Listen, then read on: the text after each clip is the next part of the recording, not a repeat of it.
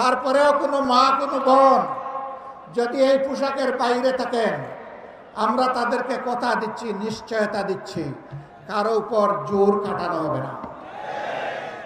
আজকের এই কর্মী সম্মেলন সম্মানিত জেলা আমির,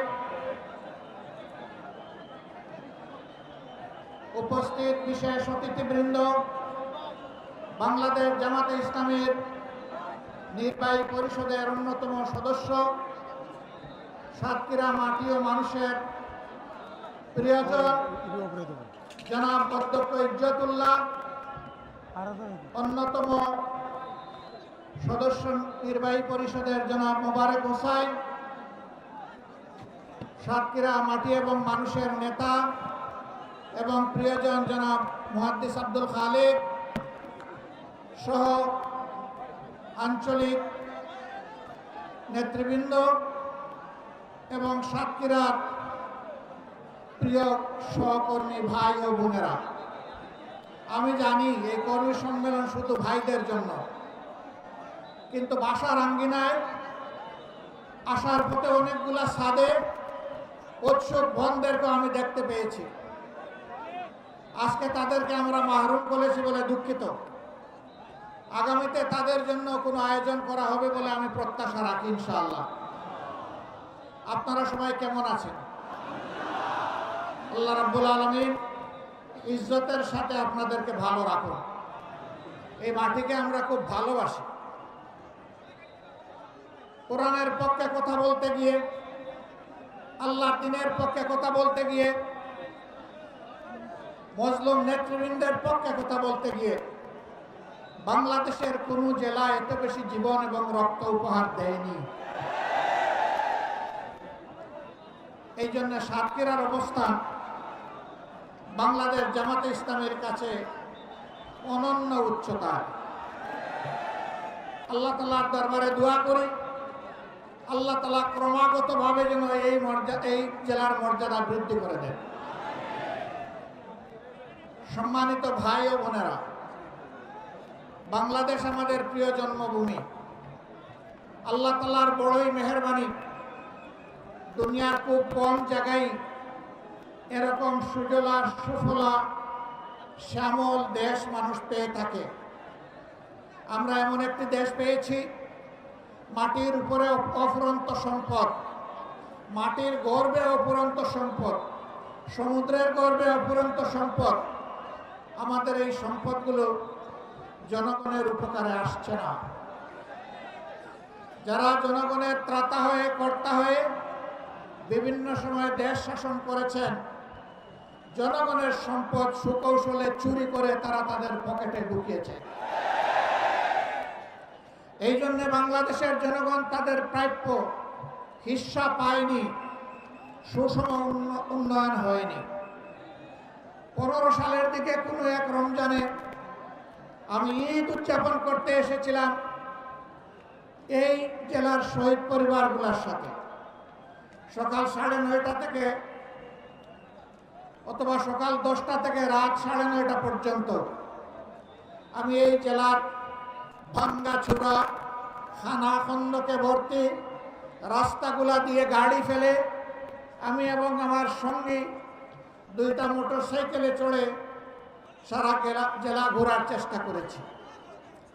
আমি লোকদেরকে জিজ্ঞেস করেছিলাম, আমরা শুনে থাকি উন্নয়নের জোয়ারে দেশ ভাসছে, সেই জোয়ারের সামান্য ছিটাফোঁটা পানি কি এখানে আসে না? বলে যে না, আসে না। কেন আসে না? বলে বর্তমান শাসক গোষ্ঠী সাতক্ষীরাকে বাংলাদেশের অংশ মনে করে না। সাতক্ষীরার উপর তারা জুলুম করেছে, সাতক্ষীরার জনগণের অধিকার দেয়নি, করেছে, পঙ্গু বানিয়েছে, ইজ্জতের উপর হাত দিয়েছে, সম্পদ লুণ্ঠন করেছে এবং মানুষকে কার্যত তারা তাদের দাসে পরিণত করেছে। কম বেশি এই চিত্র ছিল বাংলাদেশের। সবচেয়ে খারাপ অবস্থা ছিল সাতক্ষীরা। আমরা মহান আল্লাহর দরবারে দোয়া করি, শুধু আল্লাহর দ্বীনের পক্ষ নেওয়ার কারণে যদি এই জেলার এই অবস্থা হয়, আল্লাহ তুমি দুনিয়া এবং আখিরাতে এই জেলার মর্যাদা তুমি বাড়ায় দাও। প্রিয় সহকর্মীবৃন্দ, বাংলাদেশ জামাতে ইসলামী আল্লাহ এবং জনগণের কাছে প্রতিশ্রুতিবদ্ধ যে এই জমিনে আমরা ইনসাফ কায়েম করতে চাই। আমরা দুর্নীতিমুক্ত একটি বাংলাদেশ গড়তে চাই। আমরা সুষম উন্নয়ন মানুষকে উপহার দিতে চাই। আমার জেলায় প্রধানমন্ত্রী আছে, তাই সব কিছু এইদিকে জোয়ারের পানিতে চলে আসবে, এই বাংলাদেশ আমরা দেখতে চাই না। আমরা এমন একটি বাংলাদেশ দেখতে চাই, কেউ চাইলেও তার অধিকার পাবে, না চাইলেও তার অধিকার পাবে। আমরা এমন একটি বাংলাদেশ দেখতে চাই যেই দেশে লক্ষ বেকার যুবকের মিছিল হবে না, বরঞ্চ আমাদের যুবকেরা আমাদের সম্পদে পরিণত হবে। তাদের হাতে মূল্যহীন এক টুকরা সার্টিফিকেট ধরিয়ে দেওয়া হবে না, বরঞ্চ শিক্ষা সমাপনীর সাথে সাথে তাদের হাতে কাজ তুলে দেওয়া হবে। এমন শিক্ষা চাই আর এমন শিক্ষিত জাতি চাই। তবে এই শিক্ষা অবশ্যই নৈতিক এবং দুনিয়াবি বা জাগতিক শিক্ষার সমন্বয় হতে হবে। মানুষ যাতে মানুষ হয়, শিক্ষা নিয়ে মানুষ যাতে ডাকাত না হয়, আমরা সেই শিক্ষাটি চাই।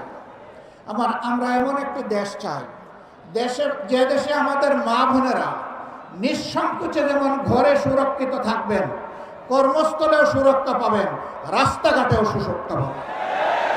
তাদের দিকে কোনো খারাপ লোক চোখ তুলে তাকানোর কসরত পাবে না। তারা ইজ্জতের সাথে, মর্যাদার সাথে, তাদের দক্ষতা দিয়ে দেশের উন্নয়নে তারাও ভূমিকা রাখবে। নবী করিম সাল্লাল্লাহু আলাইহি ওয়াসাল্লাম মানব জীবনের সবচেয়ে ঝুঁকিপূর্ণ কাজেও মহিলাদেরকে শরীক করেছেন। সেই কাজটি হচ্ছে যুদ্ধ। যুদ্ধে মারা পুরুষের পাশে থেকে তারাও যুদ্ধ করেছে। বিশেষ করে বদর যুদ্ধের কঠিন দিনে আমি প্রায় এই উদাহরণটা দিয়ে থাকি। যখন কাফেররা আল্লাহ রসুলের খুব কাছাকাছি চলে এসেছিল তাকে হত্যা করার জন্যে, যখন পুরুষ যোদ্ধারা দিক বিদিক কিছুটা জ্ঞান হারিয়ে ফেলেছিলেন, তখন একজন মা চতুর্দিকে ঘুরে ঘুরে আল্লাহর রসুলকে বেষ্টনে দিয়ে রেখেছিলেন। যুদ্ধ যখন শেষ হয়েছে, তার শরীরে 37টা তীর ঝুলন্ত অবস্থায় ছিল, 70টা কঠিন আঘাত ছিল। রাসূল করিম সাল্লাল্লাহু আলাইহি ওয়াসাল্লাম বলেছেন, শত্রু যখন সামনের দিক থেকে এসেছে, তখন শত্রুর তীর আর আমার মাঝখানে ছিল আল্লাহর এই বান্দি। যখন পিছন দিক থেকে এসেছে ছিল আল্লাহর বান্দি। ঘুরে ঘুরে আল্লাহ রসুলকে কিভাবে তিনি রক্ষা করবেন? ডাইনে বামে এসেছে বাম দিকে। আমাদের সেই সর্বোচ্চ ইজ্জতের মর্যাদাবান মায়ের নাম ছিল হযরতে নুসাইবা রাদিয়াল্লাহু তাআলা আনহা। যদি যুদ্ধের এই কঠিন ময়দানে আল্লাহর রাসূল তাদের জন্য কর্মক্ষেত্র সৃষ্টি করে দিয়ে থাকেন, আমরা কে তাদের হাত বন্ধ করা? আমাদের ব্যাপারে ইসলামের প্রতিপক্ষ শক্তিরা অপপ্রচার চালায়। জামাতে ইসলামী ক্ষমতায় গেলে মহিলাদেরকে ঘর থেকে বের হতে দিবে না, আর যদি দেও আস্তে করে এনে জোর করে একটা বুরকা পরাই দেবে। জোর করে পরানো লাগবে না। যে দেশে ইসলাম কায়েম হবে, এদেশের মানুষেরা, মায়েরা আনন্দের সাথেই সেদিন তারা ইজ্জতের জন্য তাদের সম্মানের মর্যাদার পোশাক পরিধান করবেন। তারপরেও কোনো মা, কোনো বোন যদি এই পোশাকের বাইরে থাকেন, আমরা তাদেরকে কথা দিচ্ছি, নিশ্চয়তা দিচ্ছি, কারো উপর জোর কাটানো হবে না। কারণ এদেশে শুধু মুসলমানরা বসবাস করে না, অন্যান্য ধর্মের লোকেরাও বসবাস করে। তারা তো আমাদের ধর্ম যেহেতু গ্রহণ করেনি, তাদের জন্য ইসলামের প্রেসক্রাইব করা পর্দাও তাদের জন্য প্রযোজ্য নয়। তারা যদি ইসলামের সৌন্দর্যে অভিভূত হয়ে ইসলাম কবুল করে, সেটা ভিন্ন কথা। তাদেরকে ইসলাম গ্রহণ করতেও কাউকেই বাধ্য করা হবে না। সম্মানিত সহকর্মীবৃন্দ, এই দেশে শুধু মুসলমানরা বসবাস করে না, হিন্দু, খ্রিস্টান, বৌদ্ধ ধর্মের লোকেরাও বসবাস করে। আমরা এমন একটি দেশ চাই যে দেশে মসজিদও পাহারা দেওয়ার প্রয়োজন হবে না, মন্দির এবং মঠ পাহারা দেওয়ার দরকার হবে, গির্জা পাহারা দেওয়া লাগবে না। সকল ধর্মের লোকেরা তাদের আপন আপন ধর্ম তাদের মতো করে শান্তিতে, নিরাপত্তার সাথে তারা পালন করবে। আলহামদুলিল্লাহ আমাদের দেশটি সাম্প্রদায়িক সম্প্রীতির একটি চমৎকার বাগান, কিন্তু আমাদের বাগানে মাঝে মাঝে হুতুম পেঁচা ঢুকে পড়ে। এই হুতুম পেঁচাদের ব্যাপারে আমাদেরকে সতর্ক থাকতে হবে। আমরা এই সম্প্রীতি নষ্ট করতে দেব না। আমরা এমন একটি বাংলাদেশ গঠন করতে চাই যেখানে মানুষকে তার শিক্ষা কিংবা কাজের ধরন দেখে মর্যাদা দেওয়া হবে না, বরঞ্চ প্রত্যেকটা মানুষকে আশরাফুল মখলুকাত হিসেবে মর্যাদা দেওয়া হবে। আমার দেশের একজন পরিচ্ছন্নতা কর্মী, তিনিও আমার ভিআইপি। তারা যদি 3 দিনের জন্য তাদের কাজ বন্ধ করে, আমরা কেউ ঘর থেকে বের হতে পারবো না। তাদের এই কাজ, কঠিন কাজ আমি করতে পারবো না। তারা কষ্ট করে এই কাজটা আমাদের করে দেন, আমি তাদেরকে স্যালিউট জানাই। সে আমার ভাই, সে আমার বোন, সে আমার এই সমাজকে চালু রেখেছে। যে ভাইটি আমার রিক্সা চালিয়ে জীবন নির্বাহ করে, ও রিক্সা না চালাইলে আমি আমার কর্মস্থলে যেতে পারবো না, আমি তাকে স্যালিউট জানাই। আমি দেখবো না তিনি রিক্সাওয়ালা, আমি এটাও দেখবো না তিনি একজন অতি সাধারণ কম শিক্ষিত মানুষ, আমি তাকে তার কাজের মর্যাদা দেব। এইভাবে সমস্ত মানুষ, মুটে মাঝি কুলি, যে যেখানে আমরা আছি, শ্রমিক, কৃষক, আপামর জনতা, বিভিন্ন পেশাজীবী, যার যার পেশায় তিনি মর্যাদা এবং দায়িত্ববোধের সাথে দায়িত্ব পালন করবেন ইনশাআল্লাহ। সেই সম্প্রীতির বাংলাদেশ যদি আমরা গঠন করতে পারি, তাহলে এই সম্প্রীতির বাংলাদেশকে রোকার সাধ্য কারোই থাকবে না। এই জন্য আমরা চাই জাতীয় স্বার্থে দল এবং ধর্মের ঊর্ধ্বে উঠে আমরা থাকবো এক। সেই ইস্পাত কঠিন জাতীয় ঐক্য আমরা চাই, যেখানে উলামায়ে কেরাম মর্যাদা পাবেন, পেশাজীবীরা মর্যাদা পাবেন, সকল শ্রেণী পেশার মানুষ মর্যাদা পাবেন। এই যে 24-এর স্বাধীনতা এসেছে এমনি এমনি আসেনি ভাই। 2006 সালের 28 অক্টোবর স্পষ্ট দিবালোকে আলোকে পয়টা দিয়ে আদম সন্তানদেরকে হত্যা করার পর যখন তাদের নিথর দেহ পড়ে তড়পাচ্ছিল, তখন তার উপর উঠে বিকৃত রুচির ওই খুনিরা তখন তারা লাফালাফি করেছিল। সেই দিন বাংলাদেশ পথ হারিয়েছিল।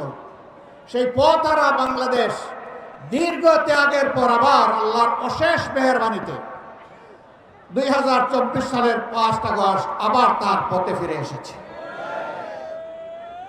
এর মাঝে অনেক রক্ত দিতে হয়েছে। 57 জন কমিটির দেশপ্রেমিক চৌকস সেনা অফিসারকে খুন করা হয়েছে 2009 সালের 25 এবং 26 ফেব্রুয়ারি ঢাকার পিলখানায় তৎকালীন বিডিআরের সদর দপ্তরে। এরপরে জামাতে ইসলামের নেতৃবৃন্দকে দফায় দফায় খুন করা হয়েছে। 2 জন সাবেক আমিরে জামাত সহ 11 জন কলিজার টুকরা, আমাদের মাথার তাজ শীর্ষ নেতৃবৃন্দকে বিচারের নামে জুলুম করে খুন করা হয়েছে। এই খুনের প্রতিবাদ যারা করেছেন, অন্যায়ের প্রতিবাদ করেছেন, তাদেরকে গ্রামে গঞ্জে খুন করা হয়েছে। আগেই বলেছি, সবচেয়ে বেশি খুনের ঘটনা ঘটেছে এই সাতক্ষীরা। তারপরে আপনাদের পার্শ্ববর্তী জেলা ঝিনাইদহ, এইভাবে বিভিন্ন জায়গায় খুনের তাণ্ডব চালানো হয়েছে। ভাই ও বোনেরা, সর্বশেষ এই বছরে 1 জুলাই থেকে শুরু করে 5 আগস্ট পর্যন্ত খুনের বন্যায় বাংলাদেশকে ভাসিয়ে দেওয়া হয়েছে। বৈষম্য বিরোধী ছাত্র জনতা রাস্তায় নেমে এসেছিল। তাদের হাতে কোনো আগ্নেয়াস্ত্র ছিল না, এমনকি তাদের হাতে কোনো ইটপাটকেলও ছিল না। তারা শান্তিপূর্ণভাবে দাবি আদায়ের জন্য রাস্তায় নেমেছিল। কোটার সংস্কারের জন্য, কোটা বাতিলের জন্যও নয়। তারা বলেছিল যৌক্তিক কোটা দেন, আমাদের আপত্তি নাই, কিন্তু কোটার নামে জাতির সাথে, মেধার সাথে তামসা করবেন, তা আমরা মানব না। কেন তারা এটা বললো? এই জ্বালায় তাদের বিরুদ্ধে মানুষের কিনায়, এদেশের মানুষের কিনায় অস্ত্র এবং বুলেট দিয়ে জাতির বিরুদ্ধে তাদেরকে পাঠিয়ে দেওয়া হলো। একদিকে সরকারি বাহিনীকে নামিয়ে দেওয়া হলো, আরেকদিকে সরকার তাদের সশস্ত্র গুন্ডাদেরকে নামিয়ে দিল। এই উভয় পক্ষের আঘাতে আঘাতে জর্জরিত হয়ে ১৫০০-এর কম বেশি আদম সন্তান শুধু এই ক্ষুদ্র সময়ের ভিতরে দুনিয়া থেকে বিদায় নিয়েছেন। ৬ সালের ২৮ অক্টোবর থেকে শুরু করে ২৪ সালের ৫ই আগস্ট পর্যন্ত জালিমের জুলুমের শিকার হয়ে যারা বিদায় নিয়েছেন, আল্লাহর দরবারে দোয়া করি আল্লাহ তাআলা তাদেরকে শহীদ হিসাবে কবুল করুন, তাদের পরিবারকে আল্লাহ মর্যাদা দান করুন। এই পরিবারগুলো জাতির সম্পদ। আজীবন আল্লাহ তাআলা এই পরিবারগুলোর কাছে আমাদের ঋণবোধের মানসিকতা নিয়ে তাদেরকে সম্মান করার তৌফিক দান করুন। যারা পঙ্গু হয়েছেন তাদের খেদমতকে আল্লাহ কবুল করুন, আল্লাহ তাদের জীবনটা সচল করে দিন। প্রিয় সাতক্ষীরাবাসী, আজকে আসার পথে আমি দেখলাম এরকম আরো 3টা মাঠ উপচে পড়া মানুষ রাস্তাঘাটে। এই মাঠে তাদেরকে সুযোগ দেওয়া যায়নি বলে আমি সবার পক্ষ থেকে দুঃখ প্রকাশ করছি। আল্লাহ তাআলার আসমান অসীম, জমিন সসীম। সেই সসীম জমিনের ছোট্ট একটা টুকরা আমরা পেয়েছি। আমরা এই বাংলাদেশকে প্রাণ উজাড় করে ভালোবাসতে চাই, আমরা ভালোবাসি। এই জন্য আমাদের কোনো দাদা মামা খালু ফুফির বাড়ি নাই। এটি আমাদের আউয়াল ঠিকানা, দুনিয়ায় এটি আমাদের আখের ঠিকানা। আমাদের উপর জুলুম করা হয়েছে, আমরা দেশ ছেড়ে কোথাও পালিয়ে যাই। দেশকে যারা ভালোবাসে তারা দেশ ছেড়ে পালিয়ে যেতে পারে না। দেশের প্রতি যাদের দায়বোধ নাই তারা যে কোনো সময় দেশকে খোদা হাফিজ বলতে পারে। আমরা বলবো না। আমরা আমাদের আল্লাহর কাছে আমরা খুবই বিনীত, কৃতজ্ঞ। তিনি এমন একটি সুন্দর দেশে আমাদেরকে পয়দা করেছেন। আমরা এই দেশ নিয়ে বাঁচতে চাই, এই দেশেই অন্যায়ের বিরুদ্ধে লড়তে চাই এবং এই দেশকেই আমরা দুনিয়ার একটা শ্রেষ্ঠ দেশে পরিণত করতে চাই। এই সংগ্রামের দায়িত্ব আপনাদেরকে নিতে হবে। আপনারা নেওয়ার জন্য প্রস্তুত? এই হালকা প্রস্তুতে হবে না, আওয়াজ দেন, আপনারা প্রস্তুত? আলহামদুলিল্লাহ, আল্লাহ কবুল করুন। আজকে সারা বাংলাদেশ থেকে গর্জন উঠেছে সিংহের আওয়াজে। আমরা জীবন দিব, কিন্তু আমার দেশের 1 ইঞ্চি মাটি কোনো হায়নাকে দেব না। আল্লাহ তাআলা আমাদেরকে এই শক্তি দান করুন।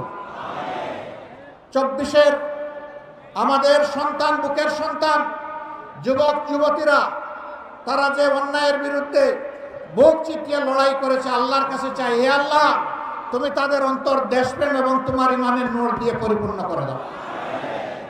আর ও ধরনের জেনারেশন প্রজন্ম আমাদেরকে বারবার উপহার দাও। বাংলাদেশের মানুষের ফুলের বাগান তুমি ওই সমস্ত মানুষ দিয়ে পরিপূর্ণ করে দাও। আমরা একটা মানবিক বাংলাদেশ গড়তে চাই। এই বাংলাদেশের দায়িত্ব যুব সমাজের হাতে তুলে দিতে চাই। এই যুব সমাজই ভবিষ্যতের বাংলাদেশ। আপনারা সবাই দায়িত্ব তুলে দিতে রাজি আছেন? যারা বয়স্ক তারা কি মন খারাপ করলেন?